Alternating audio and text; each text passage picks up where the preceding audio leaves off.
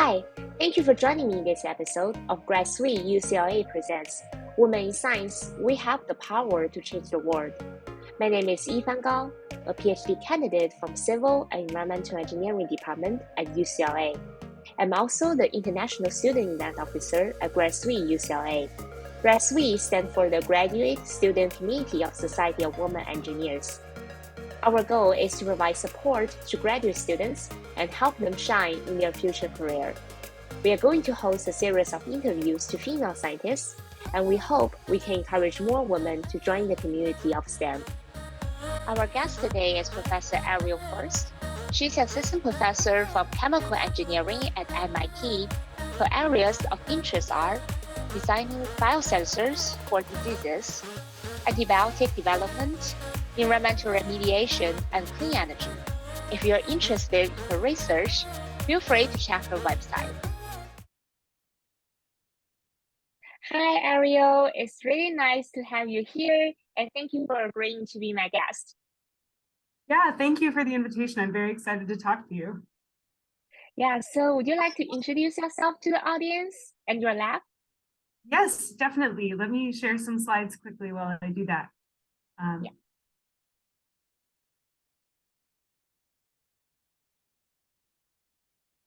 Okay. So my lab is the Furst lab, and we are in the MIT Department of Chemical Engineering. I've been faculty here since the fall of 2019, and my lab really focuses on engineering technologies for equality. So we can just start by looking at a visual of Earth at night. And what we can see is that electricity access is really localized to the global north. We can see that the majority of the global south and in developing nations really don't have access to electricity. And in fact, globally, 1 in 10 people don't have access to electricity, and about 2.5 billion people have to use dirty fuels to heat their homes and cook their food. And the problem with this is that these dirty fuels lead to higher incidences of air pollution, and that directly impacts human health. So in energy impoverished regions, there are increased rates of everything from high blood pressure to asthma to bronchitis. And this is what we see as a direct connection between human health challenges and environmental challenges. So what my group does is try to develop technologies for energy equity. So energy equity is based on the idea that disadvantaged communities have been marginalized and overburdened by pollution from industrial groups that they don't get access to.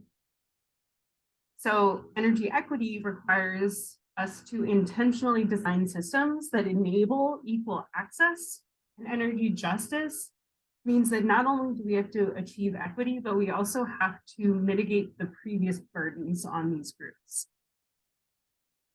And so my group, we develop technologies for human health, sustainability, and clean energy by thinking about inclusive technology and engineering for all. So I'll just go really quickly into 3 different projects we work on. In human health, we've developed point-of-use diagnostics, so things people can use in their homes. One of our focuses is on HPV, which is a virus that causes cancer. And the rates of cervical cancer caused by HPV are about 4 times higher in developing nations than in developed nations. So we've developed these really inexpensive electrochemical platforms that allow us to diagnose HPV infections for under $2 really quickly in people's homes. On the sustainability side, we've developed some self-assembling coatings that protect microbes that allow us to use microbes as fertilizer. Increased chemical fertilizer prices have really harmed farmers and prevented efficient use of land. And so we've developed these coatings that allow us to deploy microbes as fertilizers for regenerative agriculture and really making sure soil health is at the forefront of all food growing. And finally, clean energy. We actually use DNA not as genetic material, but as a 3-dimensional scaffold to hold catalysts to convert carbon dioxide into things like jet fuel. And so for clean energy, we can actually use DNA to Velcro these catalysts to electrode surfaces. This reduces the amount of energy needed by about 30% and increases the amount of product by about 4 times. So that means that that would be an annual savings of about 7 billion barrels of oil. So taken together, this is our group. We take inspiration from biology and use biological molecules to improve technologies. And I'll just quickly end by showing a few pictures of my group because they're an amazing group of undergraduate, graduate, and postdoctoral scientists shown here, and I'm excited to chat with you a little bit more. I also included my email in case any of your viewers want to reach out to me after they see the video. Thank you so much for the great introduction. Yeah, I know you did a lot of cool work, and I noticed that as a researcher, your work has expanded into like a wide range of fields, you know, from biosensor to HPV and clean energy, and also like environmental remediation. So I know your PhD and postdoctoral studies will not focus on like energy and environmental applications, it's more like clinical side. So I was wondering like why you got interested in the clean energy and environmental remediation field?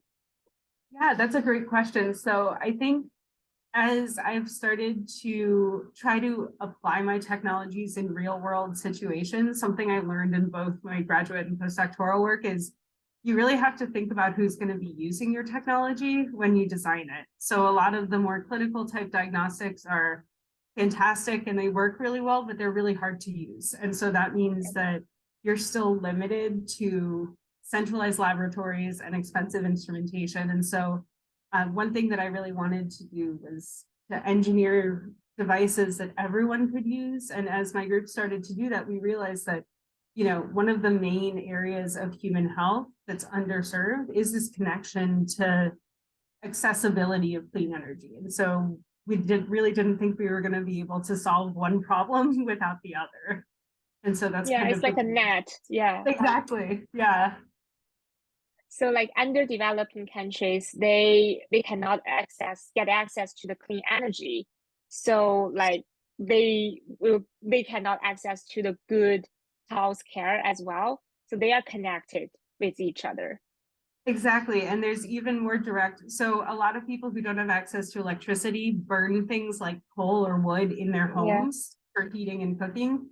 And those cause higher rates of asthma. So you're directly impacting people's health by not giving them access to clean energy. So they're connected to each other. Yeah, like directly. Energy is linked to more like health problem, and they need like health device to actually diagnose. That's a really cool and combined concept. So that makes your lab towards equity, towards good technology. They all combine to each other and serve like global health benefits all human beings. Exactly. Oh yeah, that's really cool. I guess that's the reason. And like you're in MIT, the MIT, like doing really cool research, benefit the whole world. And I know you started the assistant professor position at MIT for about 4 years. So I know it's sort of like a question not related to your research, but do you have any suggestions for the audience who are in their early academic position, like early academic career? Yeah, definitely. So as you saw at the end of my presentation, we have a lot of undergraduates and graduate students working in my lab. And I think the most important thing anybody can do in research is be passionate about their work. So that's part of the reason why we really try to solve problems that are meaningful to people, because I really want my students to not only be engaged in the actual day-to-day science, but also in why we care about these problems. And so along with that, I think I try to engage with not just scientists, but also stakeholders, so people who would end up using this technology. And my group talks to them. And I think that makes a big impact on motivation for why you're doing something as hard as a PhD. And then my general advice for science, I know we talked about this a little bit before, but is fail fast and fail hard. So the best Yeah. thing you can do as a scientist is resilient. I think one of the challenges with science is that a lot of things aren't going to work before something does work. And so the faster you can figure out that your first plan isn't going to work and move on, the better you're going to be. The first 3 years, like building the lab, is always the most difficult. Yeah, definitely. Especially Yeah, when like it's a lot. government too. Yeah. Yeah, a lot of, and oh right, COVID. Like you started your lab during the COVID. Wow, that's really hard. You have a lot of students, undergrads and undergraduate students, but because of the pandemic effects, I guess, yeah, that's really hard. Yeah, we definitely had to find creative ways to connect. So one of the things we did was start a book club. So I'm sure everyone can Yeah. relate to this, but the happy hours, the Zoom happy hours got tiring very quickly. So we started reading a novel together as a lab and then discussing it. And so we've kept that up. And it's really Yeah, nice to, yeah. that's a really good lab culture to combine people together, team them up. Yes, yeah. Yeah, so I know you because you started the book club. It's a really creative way to do the mentorship. Also, you like involved into MIT Rising Star Mentor Program, where you help female PhD and postdocs for their early faculty position. Could you please offer your insights and advice to female researchers who are pursuing tenure track academic career paths? Yes, definitely. The Rising Stars program is amazing. So my first piece of advice is anyone who's a senior level graduate student or early stage postdoc, apply for this program. It's awesome. You get to come visit MIT for a couple days and practice your chalk talk and get advice from faculty. I think I have always had really excellent female mentors. And so that is something that has really helped me, just being able to see what a career would look like for me in 10 years or 20 years, depending on the career stage. And so, I try to be that for younger scientists and not only provide feedback on their work, but also just try to be my best self to show them what it can be like for them in 10 years. The life, not Yeah, just about research. exactly. Yeah, that's the meaning. Like that's a really meaningful mentorship program because I personally really wanted to pursue the tenure track career path, but my mom is also a professor, but it's not the old days. So her experience probably won't fit my situation. So the mentorship program, the Rising Star mentorship program, if I had I could have a chance to get involved into that, I think I will get a lot of good suggestions and advice, not only on my research, but also on the life that I'm probably gonna face. Yeah. Yes, definitely. I highly encourage everyone to apply. It's an amazing program. It's a national, like all the graduate students can apply, not just related to like limited to MIT. No, definitely not. We prefer non-MIT people apply to. We want to bring people in to interact with each other. And I also know a lot of other universities have developed similar programs. So there's really excellent programs all over the country to provide this mentoring and feedback on your proposed work for Yes, faculty positions. I am definitely gonna check that when it's the time. Yeah. So right now I'm an international student event officer at GradSWE, Graduate Student Society of Women Engineers. So I'm gonna ask you a few questions that is related to our organization. So, well, as a female scientist, what challenges have you met in a way that you've made big decisions in your life? For example, become a professor. Yes, that's a great question. I honestly think a lot of that was because I had female mentors all the way through my scientific experience. I started doing research in a lab in high school. Actually, I was really fortunate to work with a female faculty mentor, Shelly Mintier. She's at University of Utah now, and she's still one of my mentors. And Yeah. I honestly didn't really like chemistry classes before I worked in her lab. I think realizing the difference between what research in a lab looks like versus what kind of a lab class looks like was really what showed me what research is and got me excited about it. In grad school, I also had a female mentor who, Jackie Barton, who is definitely like a trailblazer in chemistry. And I think just seeing how hard she has had to work throughout her career really motivated me, because she has cleared the way and made it easier for all of the female faculty she's mentored now to follow in her footsteps. And so I think just having so many amazing women who did the hard work before I got there has been really motivating for me. Yeah, I really wanted to work. I hope I worked in like a chemistry lab when I was undergrad, because during my undergraduate, I didn't get, interested in chemistry a lot. Just, textbook and tests. I don't know, like, how could I use those concepts? But I work in a biology lab, so my interest shift to biology. But right now I feel like, oh, I should take more organic chemistry class. So right now I just heard about your story. I really wonder if I had a chance to work in a chemistry lab, I probably will learn environmental chemistry, I guess. Like environmental chemistry plus microbiology. But right now I'm mostly like combined fields, so is you know Honestly, I think that's the best experience. So our lab is so interdisciplinary. I have students yeah. doing everything from organic synthesis to Yeah. materials characterization to Wow. microbiology. And so I think the easiest way to learn the science in a lab is to just dive in and get started. You Yeah. probably have that too, being in an Yeah. interdisciplinary lab. I Yeah. didn't have any experience when I first started my project on volt nanoparticle. I never worked with nanoparticle before.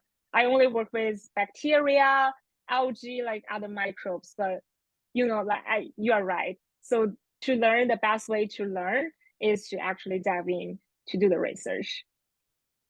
Like female mentor, you mentioned you have a lot of female mentors.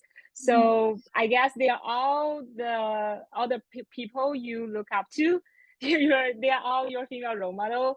So I probably gonna skip this question, because my next question is, do you have any female role models that you look up to? But I guess like all your female mentors are the female role models that you look up Yes. to. Yeah. So that gives us our next question is, do you have any advice that you would like to offer to women that are currently or thinking about pursuing STEM major? So I think a STEM major is the best way to access pretty much any career you want to go into. Undergrads who work with me go into everything from consulting to biotech startups to major pharma companies to investment banking. And so I think it really is a great way to get foundational knowledge in a lot of different areas that can serve you in anything you want to do.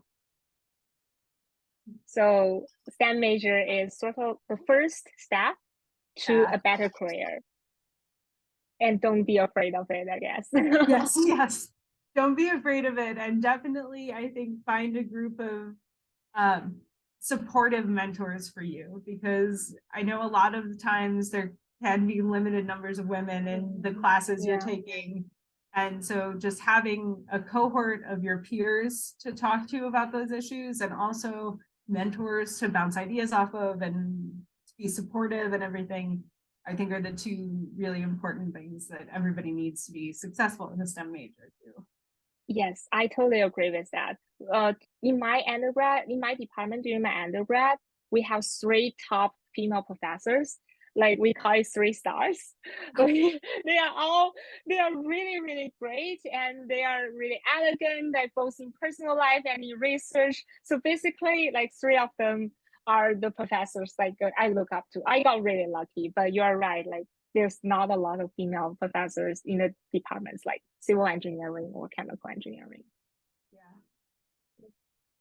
But definitely a good mentor. And don't be intimidated by the STEM classes and math, and believe in yourself. Like you can Yes. all do that. Yeah. Yes, definitely.